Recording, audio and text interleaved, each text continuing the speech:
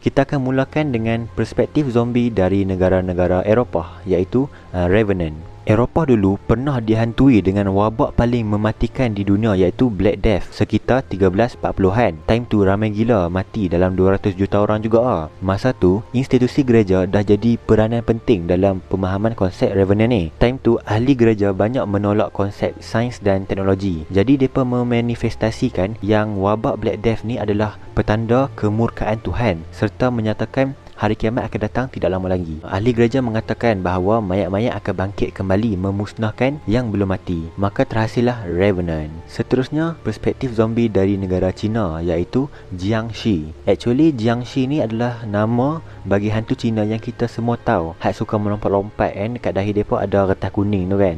Masyarakat Cina dulu mereka ada satu kepercayaan yang mana orang-orang mati ni kena tanam dekat kawasan perkuburan rumah si mati tu. Kalau tak, nanti yang mati tu akan bangkit semula and nak claim, suruh tanam juga kat kawasan kubur rumah mereka.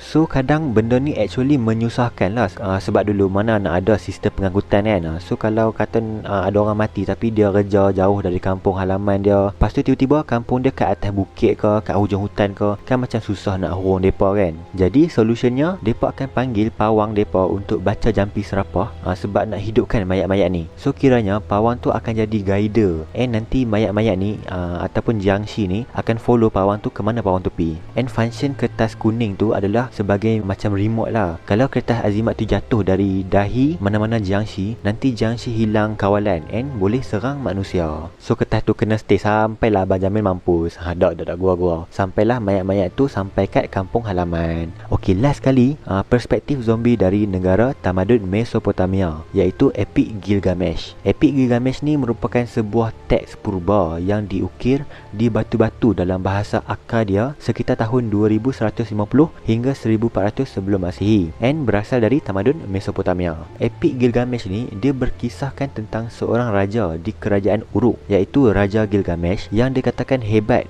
hingga dilabelkan macam dewa-dewa lah bagi rakyat dia. And disebabkan rasa diri terlalu hebat, Gilgamesh ni berlagak and angkuh. Dan apa kaitan kisah ni dengan konsep zombie? Konsep zombie dapat dikenal pasti apabila ada satu babak dalam Epic Gilgamesh ni, yang mana ada seorang dewi yang digelar sebagai Dewi Ishtar, yang merupakan dewi cinta, seks dan perang bagi mereka lah kan. Dipendekkan cerita, dia kena friendzone tau dengan Gilgamesh. Pakar-pakar tak sefahaman lagi orang ni. Benda tu buatkan Dewi Ishtar ni marah, and dia pun mengadu kat pak dia, suruh pak dia panggil satu dewa ni, iaitu dewa Gugalana, untuk musnahkan dunia ni. Macam tu lah lebih kurang. Tapi ayah dia ni tak nak ikut cakap anak perempuan dia, and benda ni menyebabkan Ishtar tu nak ugut pak dia. Ishtar tu kata kalau tak nak buat, dia akan buka gerbang alam barzah and hidupkan mayat-mayat kat situ untuk makan manusia-manusia yang masih hidup, sampaikan jumlah yang mati melebihi jumlah yang hidup. Kat sinilah menunjukkan konsep zombie tu wujud dalam teks Epic Gilgamesh. And seterusnya teks ni diabadikan di dalam tamadun Mesopotamia. So Mesopotamia ni sekarang merangkumi negara Iraq, Timur Syria, Tenggara Turki dan barat daya Iran.